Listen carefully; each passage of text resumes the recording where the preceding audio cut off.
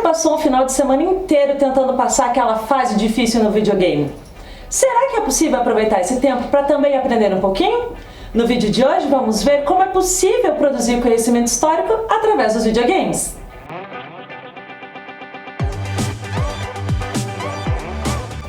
Olá pessoal, eu me chamo Ana e esse é o canal Ciência Campos Gerais, um canal de divulgação científica colaborativo que visa reduzir as distâncias entre a universidade e a sociedade. Hoje eu estou aqui com o meu amigo Cássio e vamos conversar um pouco sobre a produção do conhecimento histórico a partir dos videogames. Então, Cássio, se apresenta um pouquinho para o pessoal, fala aí como você se inseriu na pesquisa. Então, eu me chamo Cássio Ramos de Paula, eu sou historiador dos games, sou doutorando na Universidade Federal do Paraná e tenho o mestrado e o bacharelado aqui pela Universidade Estadual de Ponta Grossa. Desde a graduação eu já pesquiso os games, né, claro. Você fez iniciação científica? Fiz, mas era um tema totalmente diferente, eu já me aventurei em outros temas também. Sempre peguei um pouquinho da história do século XX, sempre gostei de guerras mundiais e tudo que é de desgraça sempre me chamou a atenção. Mas felizmente eu consegui fazer uma junção entre essa história do século XX e os videogames. Nada melhor que articular dois gostos para pesquisa, né? Os videogames sempre fizeram parte da minha vida. Sempre joguei não só como uma prática de diversão, mas também como uma prática de conhecimento, né? E aí, já vou entrar aí numa pergunta, Cássio, porque eu lembro quando eu era criança, assim, ainda existem um pouco esses comentários. E a minha mãe e minha irmã vão lembrar disso? Que eu não podia jogar qualquer tipo de videogame. Tinha muito aquela ideia assim de que, se eu jogar um jogo violento, eu vou me tornar uma pessoa violenta. Então, como que é possível estudar? Tem todo esse estigma, mas como é possível estudar história, conhecer sobre história através dos games? E ainda mais você falou que tem a ver com as guerras, os conflitos, então violência está presente aí, né? Querendo Sempre ou não. Presente, sim. A maioria dos jogos realmente tem esse elemento da violência, mas ele também é uma fonte segura de representação histórica. Então, assim como um filme, assim como um gibi, ele também vai representar a história de seu próprio modo. Esteja errado ou não, cabe aí o historiador fazer uma análise sobre o que pode ser filtrado, o que pode ser útil ou não. Então, deixa eu ver se eu entendi. Quando eu estou jogando um game, ali tem uma visão de mundo sobre aquela história. Exato. Ou sobre aquele período que eu tô tendo acesso através desse divertimento ali. Exatamente. São as representações presentes nisso. E aí tem uma questão assim que eu queria ver contigo, que é... Deixa eu copiar. Que isso? Eu já ia continuar? E aí eu tava pensando sobre isso das representações. Eu já tive a oportunidade, o pessoal não sei se conhece em casa, joguei Assassin's Creed, aquele que tem o Karl Marx, o Syndicate. O Syndicate. Eu já joguei um pouco daquele, então, né, ali é o período de Revolução Industrial, né, criancinhas trabalhando, você vai libertar as criancinhas, é bem legal, eu já aprendi um pouco sobre isso. Também a gente tive experiência, eu conheci o The Witcher, que fala um pouco sobre Terra-média, acho que eu consegui entender melhor a Idade Média jogando videogame. Que outros jogos que a gente pode assim, pensar para entender um pouco melhor de história? Primeiramente, como você falou, o videogame dá uma noção muito ampla do que se acontece em determinado contexto histórico. Então, jogos como The Witcher ou Assassin's Creed não são comuns que ultrapassem as 80 horas, por exemplo, de duração. Então, você realmente tem muita intimidade com o jogo nesse sentido, né? Aprendendo assim história. Além do The Witcher e o Assassin's Creed, existe uma gama quase infinita de jogos que podem ensinar a história, desde os RTS, que são os jogos de estratégia, como Age of Empires, Rise of Nations, em que você constrói a história, né? Existem jogos que, como no meu caso, que estudo mais o século XX, né, oferecem representações da guerra. Os jogos que representam a Segunda Guerra Mundial são vários. Iniciaram-se no começo da década de 1990, teve uma longa pausa no decorrer da década, e no final dos anos 90 que retomaram com tudo, pegaram o sucesso do Resgate do Soldado Ryan e já articularam. Porque eu acho que, e você me corrija se eu estiver errado, mas eu acho que tem um pouco assim da relação, por exemplo, literatura que é adaptado para jogos de videogame ou quadrinhos que são adaptados. Você chegou a ver alguma coisa sobre isso nas suas pesquisas? a apropriação que os jogos fizeram da cultura, desde o cinema, passando pelos quadrinhos, pela literatura, eles estão sempre sendo vinculados a partir da concepção dos produtores, ou seja, eles estão sempre atentos no que está acontecendo na cultura popular para se apropriar daquilo e, consequentemente, vender mais os seus jogos. Ah, então também tem essa questão. Então, de repente, a gente começou a jogar um pouco mais de videogame, eles vão pegando temas de interesse, porque isso é economicamente rentável. É muito mais interessante, então eles estão sempre atentos nesse sentido. Então, eu estava meio iludida. Não significa assim que os produtores, nossa, a gente quer ensinar a história, eles querem ganhar dinheiro. Eles querem ganhar dinheiro, e quando eles veem que a história é também um negócio, então eles se apropriam disso, criando longas franquias, como Assassin's Creed, por exemplo. Por isso a importância do historiador do game, porque Exatamente. senão, às vezes, né, pode ter alguma incorreção histórica, Sim. alguma questão já pensando nesse caráter mais econômico, e aí veio o historiador para... Sim, o que existe de anacronismos em jogos de história é só o historiador mesmo para conseguir. E como que o videogame vai passar a ser estudado na história? Porque a gente ainda tem muitas vezes uma ideia de que a história é dos grandes nomes, aquelas datas, aquelas coisas, e o videogame é diferente, o videogame é lúdico. Como que isso entra na história e passa a ser um problema para a disciplina? Começa justamente na escola de análise, com todo aquele incentivo pelo que mais tarde se tornou a história cultural de tudo. Então, consequentemente, a história do jogo também foi incluída nisso, embora haja ainda, com certeza, muita resistência por parte dos pesquisadores que veem o videogame como uma coisa não só lúdica, mas como infantil também. Ah, tem essa questão. Tem esse problema. Deixa eu te perguntar, se você já sofreu algum tipo de preconceito dentro da academia, você falou isso da questão da infantilidade, se de repente algum congresso, alguma coisa, já teve alguma barreira nesse sentido? Preconceito direto, não. A gente vê assim muitas vezes quando contamos para o pessoal envolvido na pesquisa que está trabalhando games, eles às vezes podem olhar com um pouco de ceticismo, um pouco de dúvida, mas depois quando sai o resultado eles falam que legal, eu não sabia que era assim. Então há um preconceito quando entra em contato ali com aquele conhecimento, vê que não era bem daquela forma. Mas por outro lado também é um assunto que chama muita atenção, então mesmo o pessoal ali que teve pouca experiência com jogos acaba se entretendo no meio disso tudo. Sim.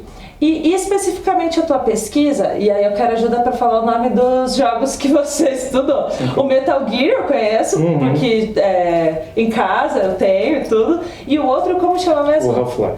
Half-Life, né? Que foram 2 jogos específicos que o Cássio estudou na dissertação de mestrado dele. E aí você me ajuda a entender um pouco melhor, você foi estudar os conceitos de distopia e de ficção científica. Isso, exatamente. Me ajuda a entender isso. Nessa pesquisa eu tratei de especificar mais ou menos como os games pegaram como influência a literatura, a ficção científica de uma maneira genérica, desde o século XIX, passando pelo cinema, passando pela televisão. Então, como que desde lá os tempos de Júlio Verne houve toda essa influência nos games, de onde que puxa todas essas ideias? Então, aí passa por diversos tipos de concepções da ficção científica, desde as viagens espaciais até as armas laser. Então existe toda essa linguagem é bastante presente nos videogames, presente, né? Mas também para suprir uma necessidade de o jogador estar fazendo algo realmente emocionante, né? Então mexe totalmente. Eu não sei qual jogo que era que a gente tava jogando aqui em casa, que tipo, você ia pescar e aí você tinha que brigar com o peixe. Isso gera uma emoção, né? Sim, Red Dead Redemption. Eu acho que é esse. Que também é uma fonte histórica impressionante. Nossa, é incrível aquele jogo.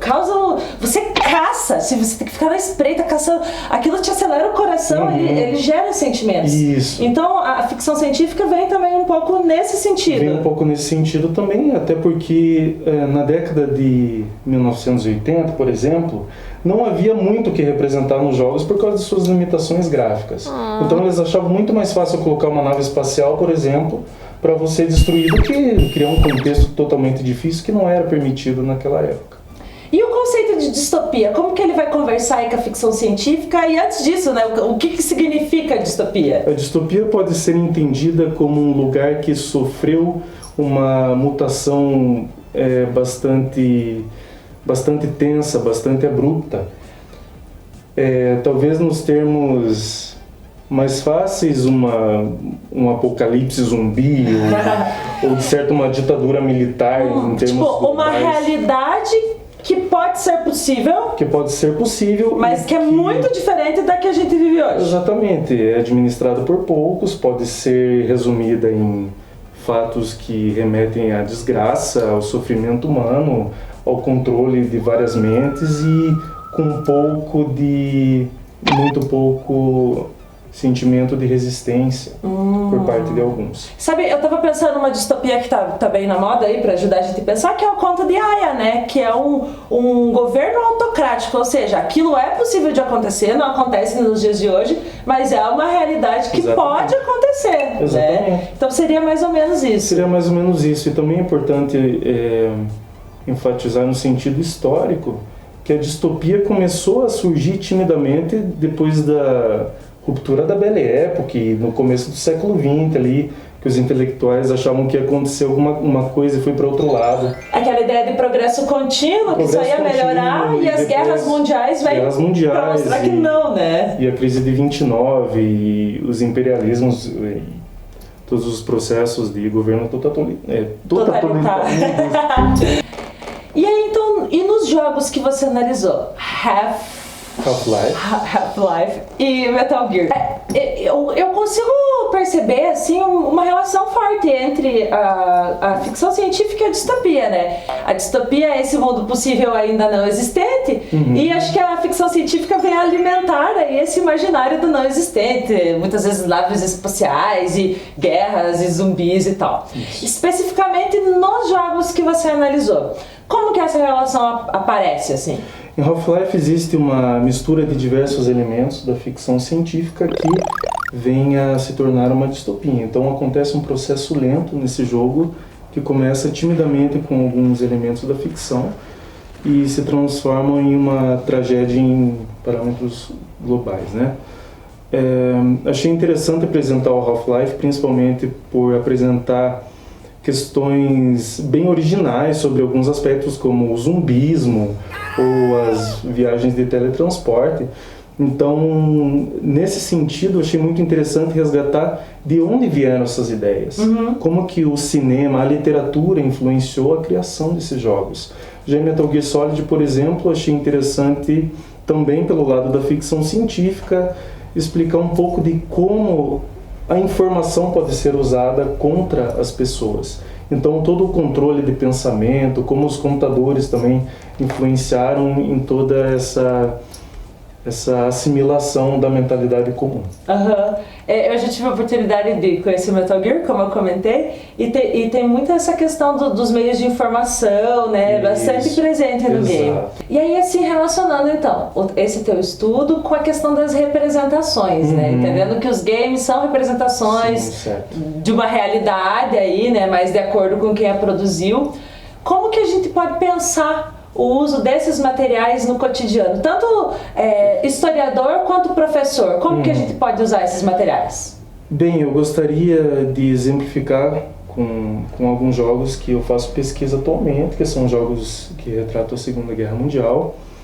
E é sempre bom enfatizar que o historiador precisa ter a sensibilidade, nesses casos, de saber diferir até que ponto o videogame está tentando transmitir alguma verdade ou alguma meia-verdade. Como a indústria dos games é, genericamente falando, norte-americana, é sempre comum que eles se exaltem em face de um outro que é totalmente depreciado. Então é importante, primeiramente, colocar... É tipo uma coisa até política mesmo, assim, política, né? Totalmente política. Como eu trabalho com jogos que retratam o nazismo, é claro, é ótimo ver que eles estão depreciando o nazismo, então... Pra não estimular, né? Por favor, né? E é importante porque os jogos estão cada vez tendo mais capacidade de explorar contextos que antes não era possível por falta de memória nos jogos, por exemplo. E também acho que como é que eu posso dizer isso? Assim, de acesso às fontes cada vez mais, com a popularização dos meios de comunicação, globalização. A gente tem acesso a detalhes de eventos históricos que por muito tempo ficaram ocultos, né? Ficaram ocultos e que podem ser explorados agora diretamente através do controle de um jogador. Isso, na minha opinião, é ótimo para o ensino da história mas é claro, precisa ter a sensibilidade de interpretar o que está acontecendo. O trabalho orientado também, né? Porque também, por exemplo, os pais não vão gostar muito se os professores de história disserem, jogue trocentas horas de videogame, né? Não é só isso, existe uma finalidade pedagógica, uma intencionalidade nesse processo. E eu tenho uma curiosidade, assim, você acha que esses jogos podem estimular um protagonismo mais histórico, assim? Não no sentido apenas de conhecer a história por meio dos games, mas se ver, de certa forma, pertencente à história? Eu não tenho dúvida alguma. O videogame pode ser entendido como uma fonte tão fiel entre aspas, porque é claro, vai do historiador, né, decifrar, quanto qualquer outro tipo de fonte. Pode ser ali um livro literário ou algum filme que seja. Eu acredito que o videogame seja sim o protagonista, principalmente nos tempos de hoje que está saindo um grande número de títulos, e é indispensável que isso seja percebido.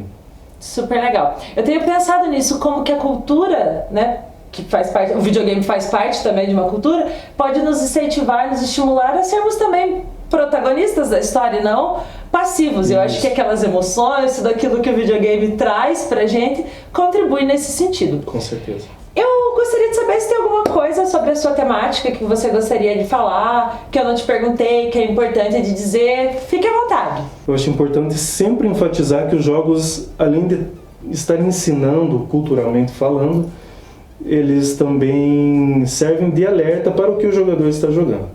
Por exemplo, alguns jogos que estão tratando de distopias por parte de autoritarismos, eles estão querendo dizer alguma coisa. Então é muito perturbador às vezes que você encontre talvez uma maioria de jogadores conservadores em questão política mesmo, e que jogou tantos títulos e não aprendeu nada com aquilo. Isso é muito lamentável, porque na verdade os jogos estão tentando ensinar historicamente como que se pode interpretar a sociedade. E infelizmente muitos descartam o que está sendo transmitido para ter uma...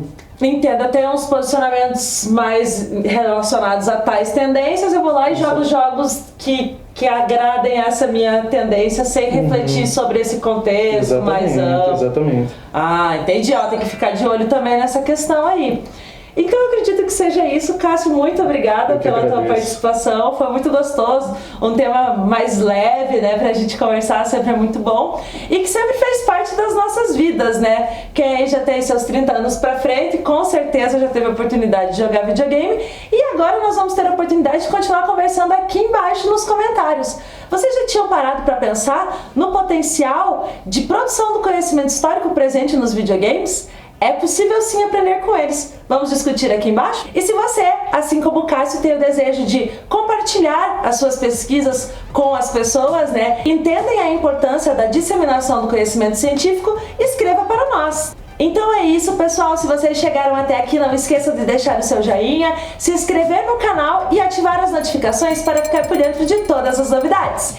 Terça é dia de Infos Gerais, quinta é dia de TBT da Ciência e, claro, não esqueça de nos seguir no Instagram. Um abraço, pessoal, e até o próximo vídeo!